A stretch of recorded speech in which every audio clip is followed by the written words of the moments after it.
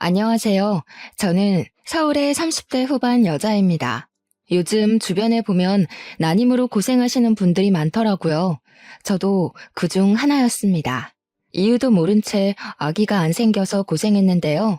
지금은 아이가 생겼지만 어쩌면 임신보다 더 중요한 걸 알게 되었다는 생각이 들어요.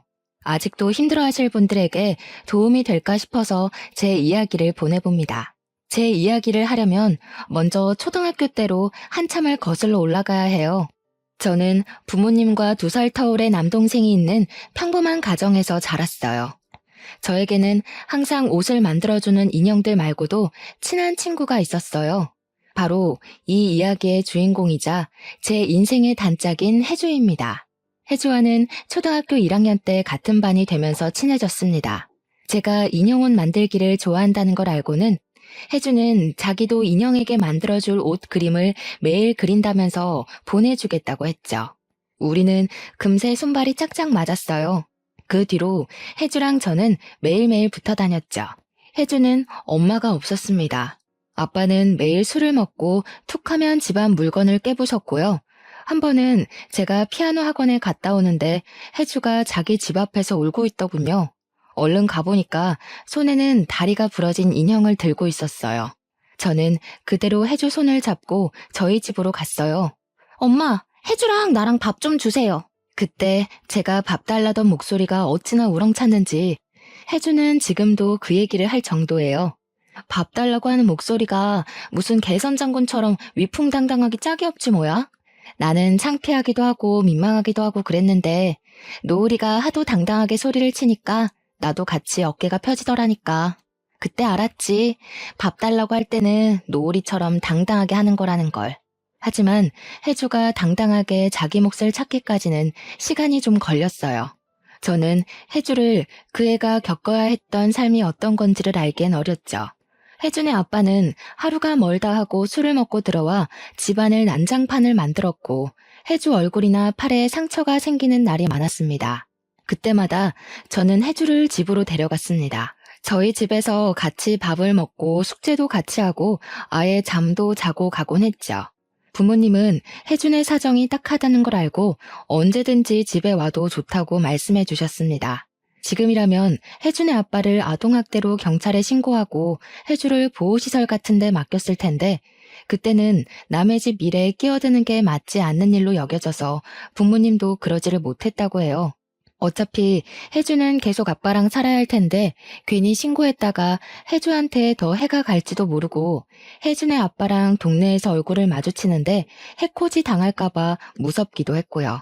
그래도 부모님은 저랑 동생을 놀이동산에 데려갈 때 혜주도 같이 데려가 주셨어요. 혜주랑 제 동생이랑 저랑 셋이서 미키마우스 머리띠를 하고 입가에 아이스크림을 잔뜩 묻힌 채로 찍힌 사진을 보면 지금도 웃음이 나온답니다. 중학교 올라갈 때까지도 저희는 친한 친구로 지냈어요. 그런데 중학교 2학년이 되면서부터 혜주에게는 담배를 피우는 친구들이 생겼죠. 집이 안식처가 되지 못하는 혜주에게는 그 애들처럼 자기 마음을 알아주는 친구가 없었겠죠. 그리고 중학교 3학년 때 매일 술만 먹던 혜준의 아빠가 돌아가셨어요. 혜준은 장례식장에 덩그러니 혼자 앉아 있었어요. 저는 그런 혜주 손을 잡고 울었어요. 한편으론 다행이란 생각도 들었습니다. 그렇게 혜주는 할머니랑 살게 되었어요. 고등학교는 달랐지만 그래도 혜주랑 저는 연락을 자주 하면서 지냈어요. 열심히 공부해서 취직할 거라고 마음을 잡는가 싶더니 어느 날 혜주에게 남자친구가 생겼어요. 혜주는 점점 더 남자친구에게 몰두하더군요. 결국 혜주는 고2 때 임신을 했습니다. 혜주가 임신했다는 걸 저는 나중에 알게 됐어요. 혜주가 임신해서 학교를 그만둔다는 소식을 다른 사람을 통해 들었을 때는 기분이 묘했죠. 혜주는 결국 남자친구와 결혼했지만 결혼식은 생략한 채 혼인신고만 한 채로 살고 있었어요.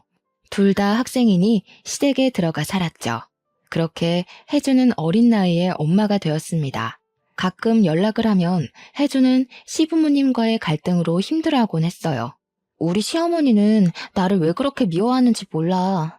내가 무슨 자기 아들 앞길을 막아? 밤새 아기 데리고 애쓰다가 겨우 잠들면 아침부터 들이닥쳐서 방꼬리 이게 뭐냐, 젖병 소독도 안 하고 엄마 맞냐 이러면서 난리를 친다니까. 아, 진짜 내가 이 집에서 살다간 내 명예 못 살지. 시어머니가 자기더러 아들 앞길 막은 년이라면서 사사건건 간섭을 한다는 거였어요. 우리 시어머니 또 아침부터 들이닥쳐서 난리쳤어. 안 그래도 힘들어 죽겠는데. 진짜 하루라도 마음 편히 자고 마음 편히 밥 좀 먹었으면 소원이 없겠다. 애 가지고 결혼한 게 죄다 죄. 어제는 또 우리 남편이 뭐라 그러는지 알아? 나더러 관리 좀 하란다. 참, 내가 누구 때문에 이러고 사는데. 아, 그랬구나. 혜주야, 근데 미안한데 내가 지금 동아리 모임이 있어서 가봐야 할 것 같아. 오늘 선배들이랑 다 같이 만나는 날이거든. 아이고, 뭐 이렇게 바쁜지 모르겠네. 아, 선배님 안녕하세요. 저도 지금 가보려고요. 힘든 마음을 털어놓을 대상이 없던 혜주는 저한테 종종 연락을 했지만 MT의 동아리 활동 등으로 바빴던 저는 혜주의 이야기를 들어주지 못했어요. 고부 갈등이란 게 새내기 대학생이었던 저한테는 너무 아득한 일이었죠. 노우라, 나 왜 이렇게 가슴이 답답한지 모르겠어. 숨이 잘 안 쉬어져. 밤늦게 미안한데 이런 말할 사람이 너밖에 없어. 술 마셔도 속에 뭐가 얹혀있는 것 같고. 저기 혜주야, 진짜 미안한데 내가 지금 내일 시험이랑 발표가 있어가지고 너무 바쁘거든. 오늘 밤 꼬박 세워야 해서 나중에 통화하면 안 될까? 아니, 내가 이번 주 지나고 전화할게. 저는 다음 주에도 혜주에게 전화하지 못했습니다. 졸업 준비에 대학원 준비에 정신이 없었거든요. 혜주랑 만났을 때도 그다지 공감대가 없다는 걸 느끼곤 했던 탓도 있었을 거예요. 그렇게 혜주와 저의 삶은 하늘과 땅만큼 멀어져 있었습니다. 혜주가 시댁 식구들과 복닥거리며 사는 동안 저는 대학원을 졸업하고 의류회사에 취직을 했어요. 대학원에서 만난 남자친구랑 같이 살다가 33살에 결혼도 했습니다. 혜주보다 15년은 늦게 결혼했네요. 그때까지만 해도 아기를 가지는 건 사정 때문에 미룬 거였지 이렇게 어려운 일이 될 거라곤 상상하지 못했습니다. 결혼식 당일은 정말 정신이 없더군요. 한 사람 한 사람 일일이 신경 쓰는 게 보통 일이 아니더라고요. 혜주는 금방 사라져버렸어요. 신부 대기실에 온 혜주를 보고 반갑게 인사를 했지만 다른 손님이 와서 인사하는 사이에 혜주가 사라져 대화도 제대로 못 나눴죠. 결혼식이 끝나고 한숨 돌리게 되어서야 혜주 생각이 났습니다. 혜주한테 신경을 못 써준 게 미안하단 생각이 그제야 들었습니다. 그렇게 생각하고도 제 삶이 바빠서 연락도 못하고 지내고 있었는데 얼마 후 혜준의 할머니가 돌아가셨다는 소식을 들었어요. 저는 부랴부랴 일을 마치고 장례식장으로 갔죠. 싸늘한 기운까지 도는 장례식장에 혜주는 또 혼자 앉아있더군요. 눈물 자국이 말라버린 얼굴은 반쪽이 되어 있었고요. 할머니가 계속 전화하셨는데 내가 못 받았어. 그냥 사는 게 너무 힘들어서 할머니가 아픈데 한번 가보지도 못하고 하은이는 내 얼굴 제대로 보려고 하지도 않고 남편은 집에 들어오지도 않고 내가 할머니한테 얼마나 잘못했는지 그게 이제야 생각이 났다. 노우라, 나 어떡하니? 저는 그 자리에서 혜주를 끌어안고 같이 울었습니다. 그날 장례식장에서 혜주랑 밤을 새우며 이런저런 얘기를 나눴어요. 얘기를 들어보니 상황이 더 안 좋더군요. 혜주 딸 하은이는 스트레스 때문인지 어릴 때부터 실어증이 있었는데 여러모로 치료를 받아봤지만 잘 고치지 못했다고 했어요. 혜주는 하은이가 그렇게 된 게 자기가 너무 모자라서 시어머니랑 남편이랑 다투고 애한테 화도 많이 내서 그런 것 같다면서 울었죠. 그리고 설상가상으로 혜주 남편은 1년 전부터 집에 잘 들어오지도 않는다고 했습니다. 핸드폰에 그 여자랑 다정하게 톡 주고받은 게 그대로 있더라고. 내가 얼마나 만만한지 내 눈치를 보지도 않는 거야. 시어머니는 나한테 애망친 년이라고 하더니 이젠 남편 밖으로 돌게 한 년이라고 욕을 해. 뭐가 어디서부터 잘못된 건지 이젠 뭘 해도 흥미도 안 생기고 사람들 만나는 것도 싫고 다 귀찮게 느껴져. 노을아, 진짜 이게 다 내 잘못일까? 이씨, 그게 왜 네 잘못이야? 남편이 바람난 게 마누라 탓이라는 사람이 제일 이상한 거 아니야? 애는 같이 낳아서 같이 키운 건데 왜 항상 모든 걸 네 탓으로 돌리냐고. 네 시어머니 뭐 어떻게 된 거 아니야? 그런 말 듣지 마. 네 잘못 아니야. 네가 다 잘하진 않았어도 네가 자책할 일은 아니라고. 그 주 주말에 저는 당장 혜주가 살고 있는 집에 가봤습니다. 그동안 혜주가 얼마나 힘들었는지 더 느껴지더군요. 그동안 얘기할 데도 없이 얼마나 힘들었어. 얘기할 사람이라고는 나밖에 없는 거 아는데. 그냥 이제는 관심사도 안 맞고 대화가 안 통한다고. 나 사는 것도 바쁘다는 핑계로 너한테 신경 못 써줘서 미안해. 저는 대학 선배의 지인 중 언어 치료하는 분이 있어서 하은이가 언어 치료를 받을 수 있게 치료사를 알아봐 줬습니다. 하도 속이 상해서 치료비도 제가 다 내버렸어요. 그냥 그렇게라도 안 하면 자신한테 화가 날 것 같았거든요. 의욕이 없는 혜주를 위해 치료비 감면받는 방법까지 알아봐 줬습니다. 혜주야, 네 남편 말이야. 아무리 생각해도 헤어지는 게 나을 것 같아. 너한테 손까지 댔다며. 그런 아빠 있어봤자 하은이한테도 도움이 안 될 거야. 이혼하면 혼자가 된다고 너는 자꾸 그러지만 그 사람 이제 네 옆에 있는 사람 아니야. 그리고 네가 왜 혼자야? 너한테는 하은이가 있고 나도 있는데. 저는 남편과 헤어지라는 말을 어렵게 꺼냈죠. 혜주는 남편과 시댁을 그렇게 욕하면서도 이혼하면 죽는 것처럼 생각했거든요. 제 말을 들은 혜주는 제 앞에서 한참을 울었습니다. 그러고는 알겠다고 고개를 끄덕이더군요. 바람난 혜주 남편은 옳다구나 하고 헤어져 주겠다고 하더군요. 그런데 혜주가 배우자 귀책으로 소송을 걸자 혜주는 또 못살게 굴었습니다. 소송 취하를 안 하면 혜주랑 하은이를 가만 안 두겠다나요? 위자료 줄 돈이 없으니 배째라고도 했다는 겁니다. 그 사람 화나면 나한테 손찌검까지 했는데 그러다가 하은이한테까지 해코지하면 어쩌지? 아빠한테 괴롭힘 당하는 거 하은이에게는 절대로 겪게 하고 싶지 않은데. 나 너무 무서워, 노을아. 그냥 이혼하지 말고 사는 게 낫지 않을까? 하은이한테 어떻게 설명해야 할지도 모르겠고 거기서 더 상처받으면 어떡해? 이혼 안 한다고 해결되는 문제가 아닌 것 같아, 혜주야. 아이 가지고 협박까지 하는 사람인데 그런 사람 아빠라고 있어봤자 애한테 좋을 거 하나도 없지 않을까?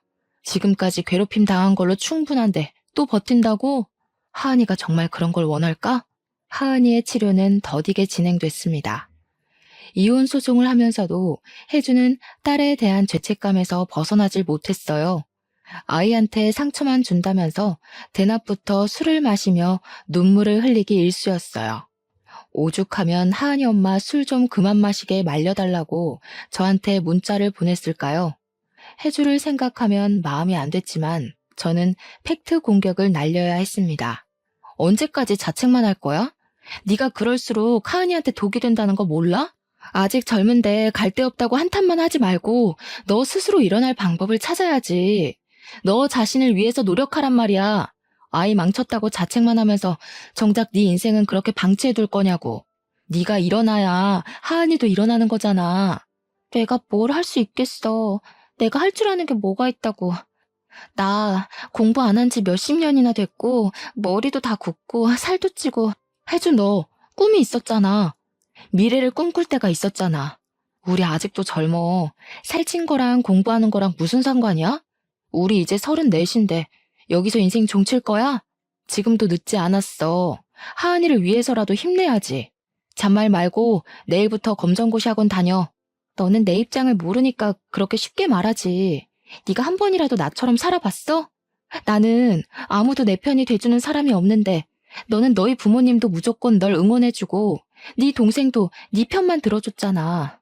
너는 부모님한테 지원받으면서 공부할 수 있었으니까 그렇게 쉽게 말하는 거야. 답답한 마음에 저도 화가 나서 혜주를 두고 와버렸어요. 혜주 말도 틀린 말은 아니었죠. 그렇지만 어쩌겠어요. 얼마 뒤 혜주로부터 편지가 왔더군요. 노을아, 널 생각하면 미안한 마음이 앞선다. 내 일에 그렇게 눈물 흘려주고 자기 일처럼 나서서 도와준 사람 너밖에 없었는데. 나는 못난 마음에 너를 질투하곤 했어. 우리 어렸을 때부터 똑같이 패션 디자이너가 되고 싶어 했지. 나는 대학도 못 가고 집에서 육아에 찌들어 있는데 대학생이 되어 옷도 만들고 반짝반짝 빛나는 네가 정말 부러웠어. 못난 나를 용서해 줄래? 네 말대로 내가 내 인생을 방치한 게 맞는 것 같아. 날 위해 화를 내주는 널 위해서라도 이제부터라도 노력할게. 혜주는 검정고시를 공부해 고등학교 졸업학력을 따고 그 후로 방송통신대학에도 입학했습니다. 혜주는 제 인생은 자기보다 평탄하다고 했지만 그때는 제 인생도 본격적인 가시밭길이 되어가고 있었죠. 결혼한 지 1년쯤 지나서 아기를 가지려고 무던히 애를 썼는데 잘 되지 않았어요. 남편은 외아들의 손이 귀한 집이라 시댁에서는 대놓고 티를 안 내도 은근한 압박이 느껴졌죠. 시부모님 보란 듯이 아기를 낳고 싶었습니다. 그 전까지는 대단한 인생은 아니더라도 제가 계획한 것들은 다 이루어졌거든요. 아기를 가지는 것만은 마음대로 되지 않더군요. 2년이 넘어가도록 아기가 생기지 않아 저는 하루하루 점점 힘들어하고 있었어요. 시험관 시술은 몸에 너무 무리가 되었습니다. 시험관 시술을 한 번 할 때마다 세상이 조금씩 내려앉는 느낌이랄까요? 용하다는 한의원에서 하라는 대로 다 하고 먹는 것도 조심하며 1년 내내 몸을 사리며 살았는데도 소용이 없었죠. 그러는 동안 혜주는 방통대에 다니며 전화 상담원으로도 일하고 있었어요. 상황이 엄청 좋아진 건 아니었지만 그래도 자신을 위해 노력하게 된 후로 표정도 밝아지고 하은이도 상태도 훨씬 좋아지고 밝아졌습니다. 그에 반해 저는 나날이 어두워져 갔죠. 3년이 넘어가자 시댁에서 대놓고 말이 나오기까지 했어요. 아이고, 뭐 문제는 없다면서 왜 그렇게 애가 안 들어서는지.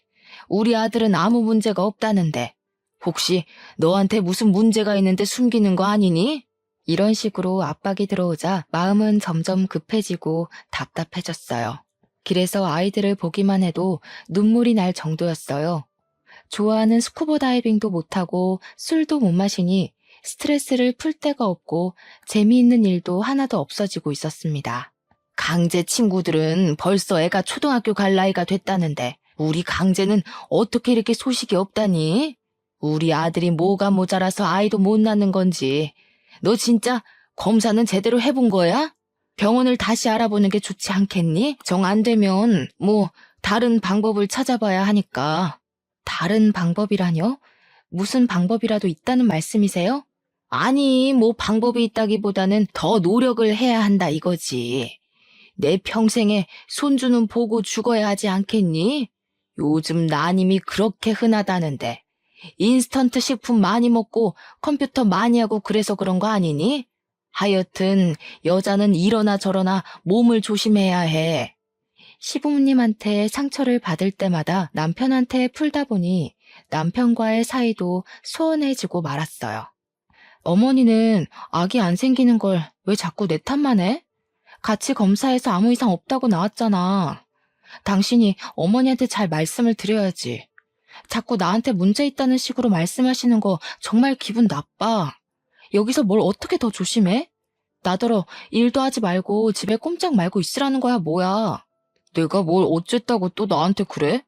나도 힘들어. 엄마 아빠는 하루가 멀다 하고 손주 소식 없냐고 물으시는데 얼마나 답답하고 죄송한지 알아? 나도 미치겠다고.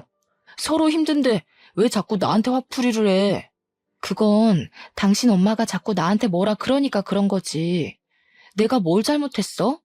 우리 엄마는 당신한테 뭐라고 안 하잖아. 모르겠다. 둘 다 아무 문제가 없는데 아기가 안 생기는 거라면 당신이랑 나랑 궁합이 안 맞는 걸지도 모르지. 우리는 안 되는 걸지도 몰라. 당신 어머니 하고 싶은 말이 그거잖아. 아기 낳으려면 다른 방법을 찾아야 한다는 게. 무슨 말이 그래? 우리 엄마가 언제 그런 말을 했어? 당신이 베베 꼬아서 생각하는 거잖아. 없는 말을 만들어내서 나를 공격하면 내가 뭐라고 해? 우리 엄마도 답답하니까 그러는 거잖아. 그냥 놓친네 하는 말이다 하고 넘기면 안 돼? 자꾸 이러면 나도 힘들어. 남편도 저를 위로해줄 힘이 없었죠.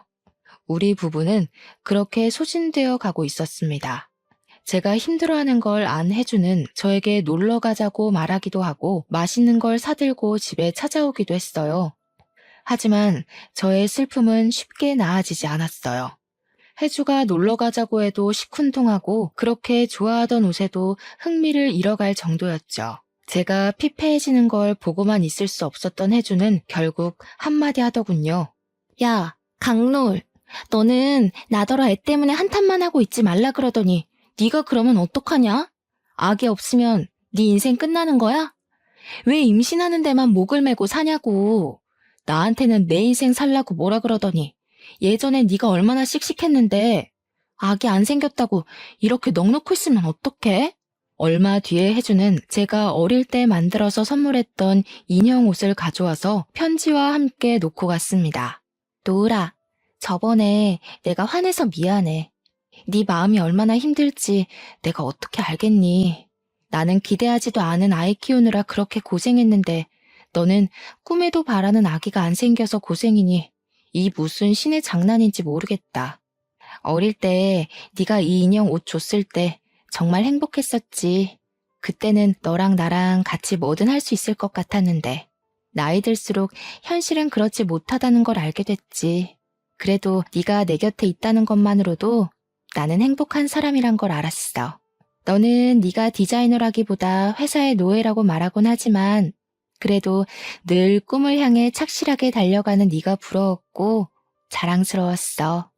너는 너 자신만으로도 너무나 소중하고 값진 사람이야.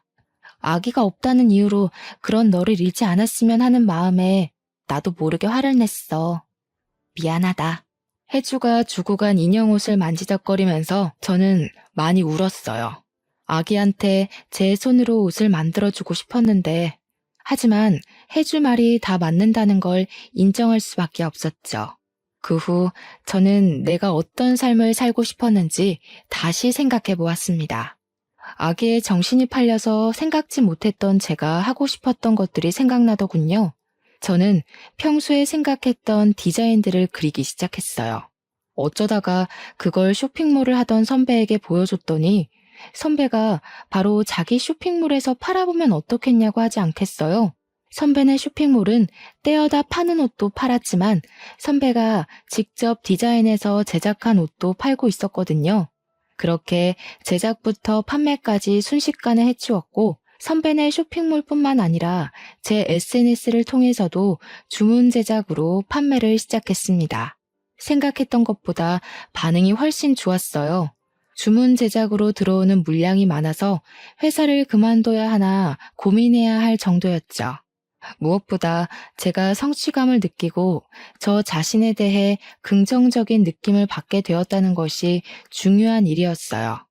혜주도 방통대를 졸업하고 쇼핑몰을 열었습니다. 혜주가 아이를 키우면서 느꼈던 점들을 반영해 아기 엄마에게 필요한 것들을 파는 쇼핑몰이었어요. 한창 꿈 많을 나이에 온통 눈앞에는 해결해야 할 문제였던 혜주의 육아 경험이 빛을 발했는지 다행히 장사가 괜찮게 되었죠. 혜주 딸 하은이도 언어치료 효과가 나타나서 처음 보는 사람은 실어증이었다는 걸 모를 정도였죠. 거의 일이 잘 풀리니까 자연히 저와 남편과의 사이도 좋아졌습니다. 제 상태가 좋아지니까 별것도 아닌 걸 가지고 싸웠다는 걸 깨달았고 남편한테 화를 낸 게 미안해지더군요. 제가 미안해하니까 남편은 더 미안해하고 서로 더 조심하고 배려하다 보니 오히려 전보다도 사이가 좋아졌죠. 마음이 편해진 남편이 시부모님에게 잘 얘기했는지 시부모님도 사과를 하더군요. 우리가 너무 욕심을 냈나 보다. 노을이 너도 힘들었을 텐데 네 탓이 아니었는데 일부러 안 낳는 것도 아니었잖니. 나이는 찼는데 아기는 안 들어서니 답답한 마음에 그랬구나. 내가 생각이 짧았다. 아니에요, 어머니. 어머니도 답답하셔서 그러신 거잖아요. 그게 강제가 힘들어하는 걸 보니까 괜히 너를 미워하고 그랬던 것 같아. 그러면 안 되는 건데. 아기도 중요하지만 너희들도 중요하잖니. 정 아기가 안 생기면 입양하는 건 어떠니? 내 친구 아들 부부도 입양했는데 그 아이가 그렇게 이쁠 수 없다고 그러더라고. 사실 입양 생각을 안 해본 건 아니었어요. 몸에는 문제가 없다고 하니 우선 입양을 해서 키우면서 임신은 천천히 시도해보는 것도 괜찮지 않을까도 생각해봤죠. 하지만 입양이라는 게 저희 부부에게나 데려올 아이에게나 쉬운 일이 아니잖아요. 어렵게 입양을 결정했는데 혹시나 갑자기 아이가 생기면 어떻게 감당하나 싶었던 거였죠.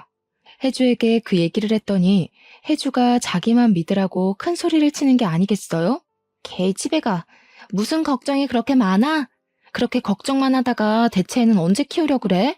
자고로 애는 얼떨결에 키워야 한단 말 못 들어봤어? 정 안 되면 내가 같이 키워줄 테니까 걱정하지 마. 걱정하지 말고 너 하고 싶은 대로 해.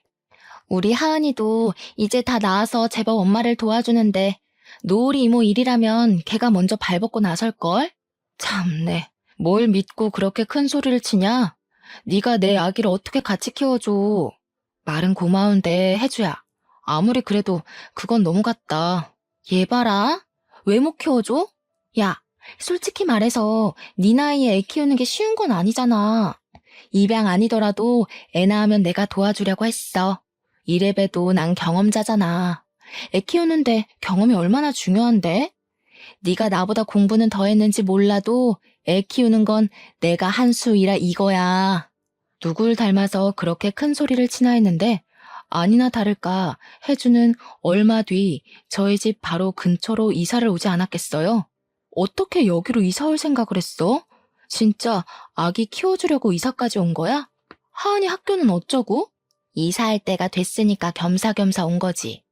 하은이도 이제 놀리는 애들 없는 데서 새로 시작하는 게 어떠냐고 했더니 좋다고 했어. 하은이도 나도 마음 잡고 한번 새롭게 살아보자 이거지. 우리 사무실하고도 가깝고 잘 됐지 뭐. 혜주가 그렇게까지 응원해주는데 더 망설일 수는 없었어요. 등 떠밀리는 꼴이었지만 기분이 나쁘지는 않았답니다. 이삿짐을 풀자마자 저랑 남편, 혜주랑 혜주 딸까지 다 같이 근처 보육원으로 봉사활동을 갔습니다. 마음 편하게 먹으라고 혜주가 강요하다시피 말하는 바람에 정말 그냥 아이들이랑 논다는 기분으로 다녔어요. 물론 쉽지는 않았습니다.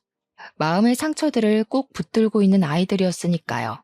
우리를 받아들이는가 싶다가도 밀어내는 아이들을 보며 힘들기도 많이 힘들었지만 참 많은 걸 느꼈어요. 그래도 혜주가 방통대를 다니며 청소년 상담 공부를 한 덕을 톡톡히 봤습니다. 노을아, 왜 그러고 쭈그리고 앉아있어? 뭐 힘든 일 있어? 애들이 말을 안 들어서 그래? 애들은 원래 말을 안 듣는 거야. 너무 상심하지 마. 아, 그런 거였냐? 내가 몰랐네.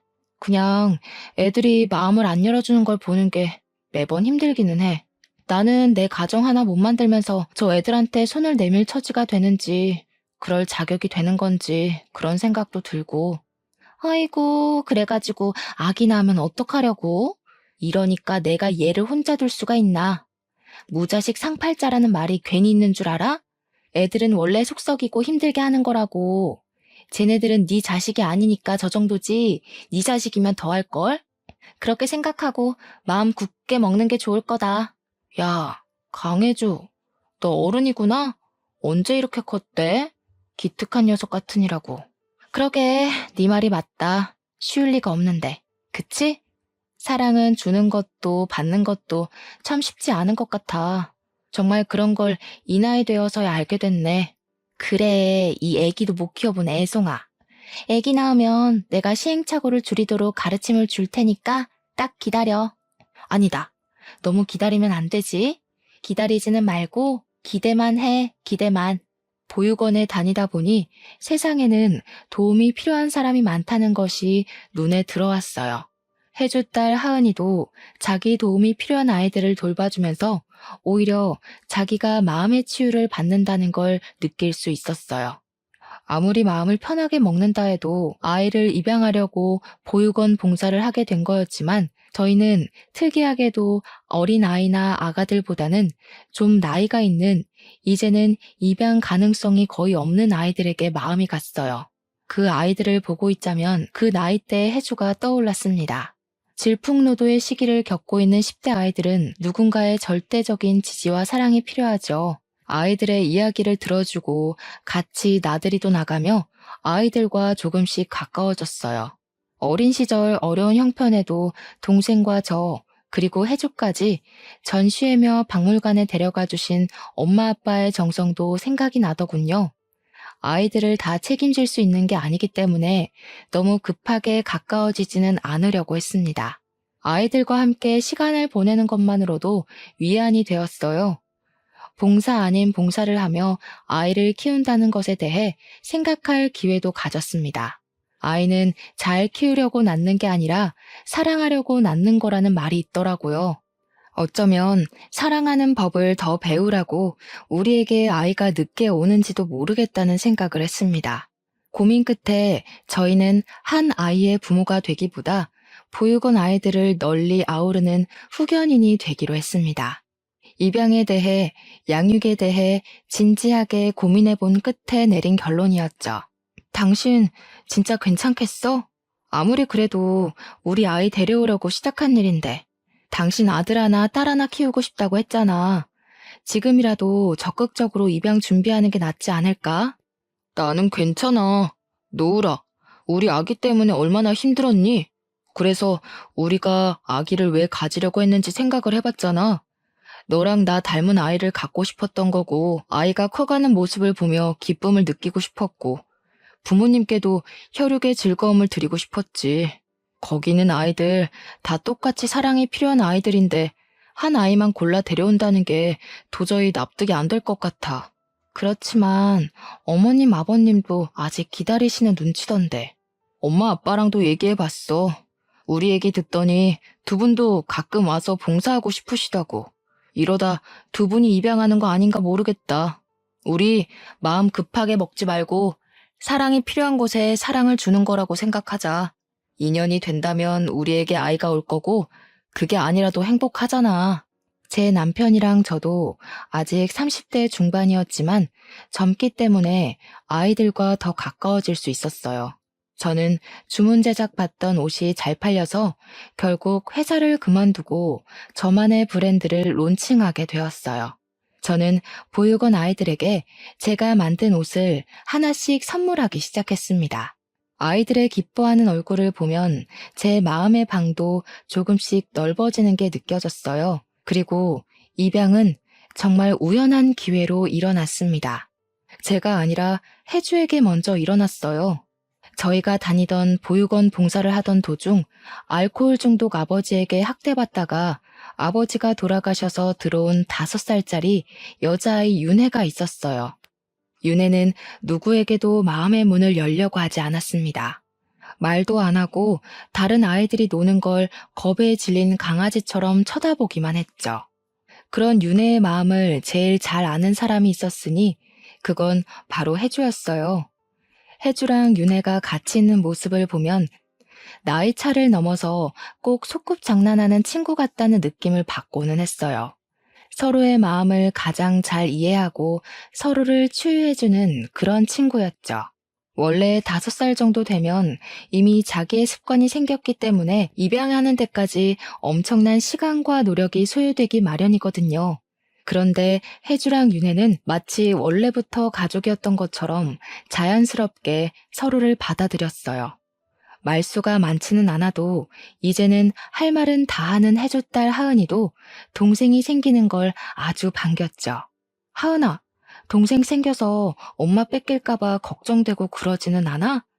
윤혜가 집에 오면 아무래도 네 엄마가 윤혜한테 신경을 많이 써야 할 텐데 하은이가 섭섭하지 않겠어? 이모도 참.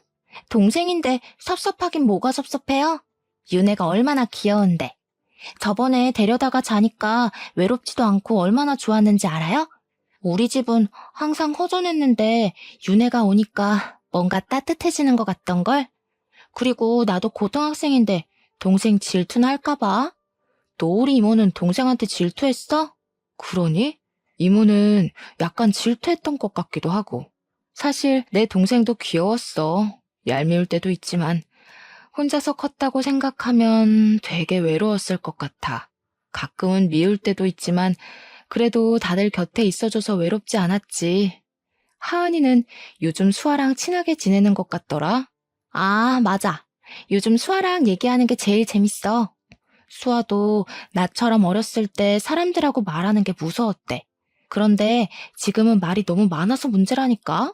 근데 이모, 수아가 그러는데 노을이 이모가 제일 이쁘대. 노을이 이모는 옷도 잘 만들고 얼굴도 예쁘고 애들이랑도 잘 놀아주는 게 천사 같아서 이모처럼 되고 싶대. 진짜로? 내가 이쁘대? 아, 참, 어떻게 알았지? 나의 매력에 너무 빠지면 안 되는데. 어떡하지? 하은아, 수아한테 이모의 매력에 너무 빠지지 말라고 말해줄래? 아, 왜 이래? 하고 싶으면 이모가 직접 하셔. 수아는 하은이랑 동갑인 여자아이였어요. 어렸을 때 말더듬이 있어서 파양당한 경험이 있었지만 밝고 따뜻하게 커주었던 것이죠. 수아는 주변을 잘 챙기는 싹싹한 아이였습니다.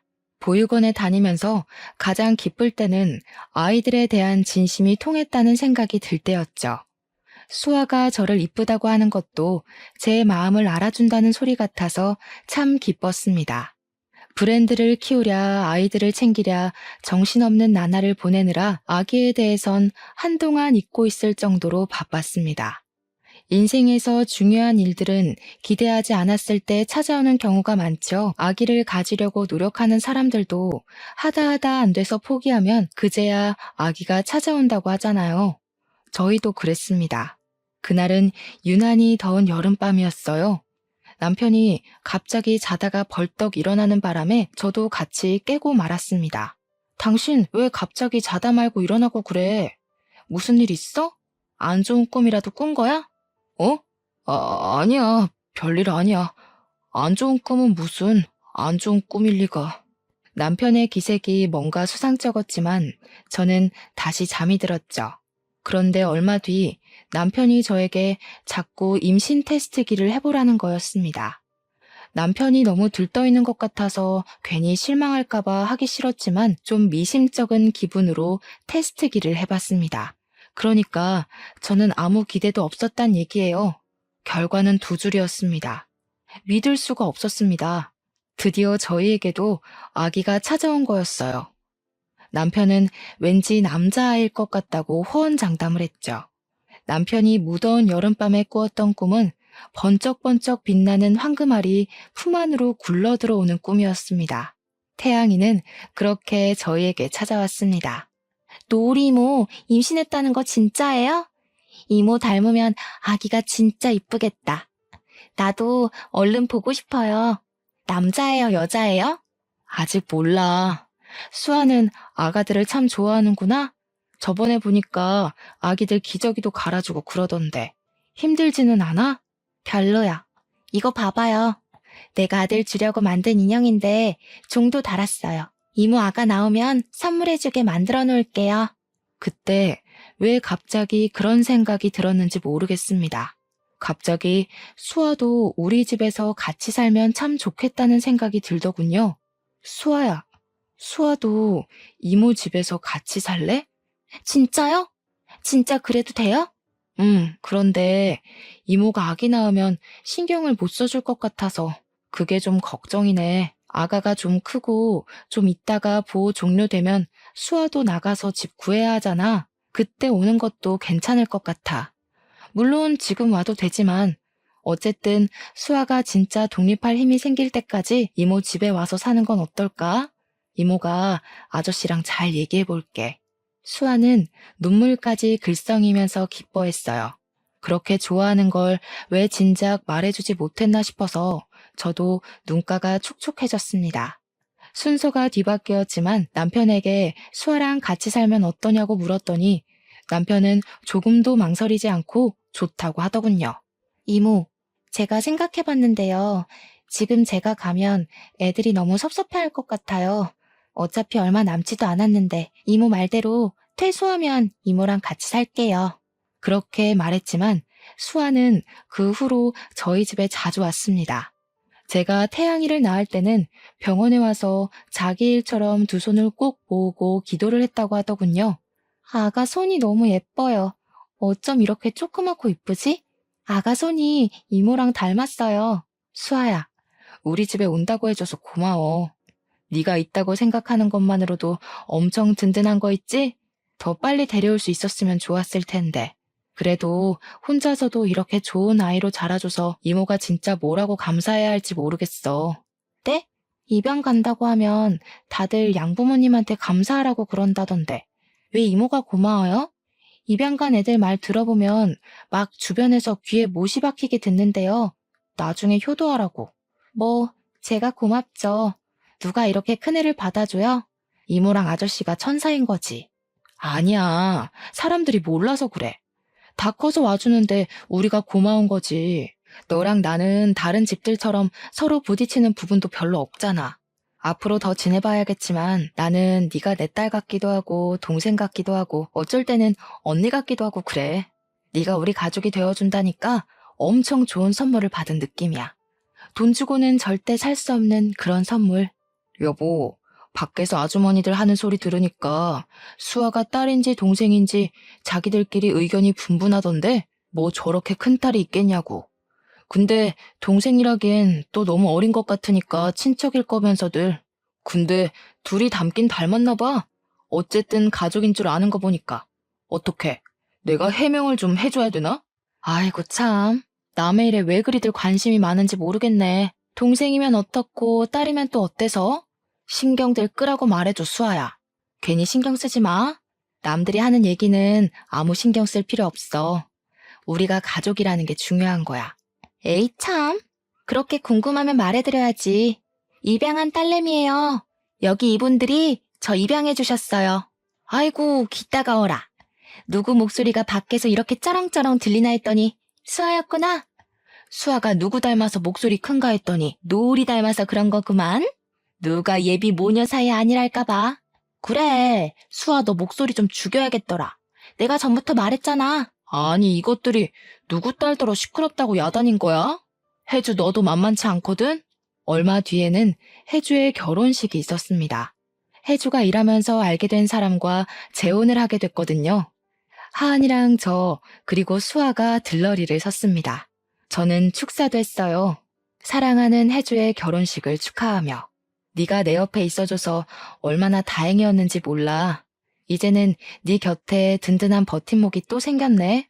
네 덕분에 보육원 봉사를 다니게 됐고 우리는 우리 자신보다 더 귀한 아이들이라는 선물도 받았지. 다 네 덕분이야. 너랑 서로 도우며 일어날 수 있어서 얼마나 감사한지 몰라. 내 인생은 너라는 사람의 세계만큼 넓어지고 밝아졌어. 이제 네 인생의 동반자와 함께 힘든 일들은 훌훌 털어버리고 더 행복해지길 기도할게. 사랑하는 친구 노우리가. 제 이야기는 여기까지입니다. 혜주랑 딸 하은이랑 제 딸 수아는 각각 대학생이 되어서 열심히 공부하고 있습니다.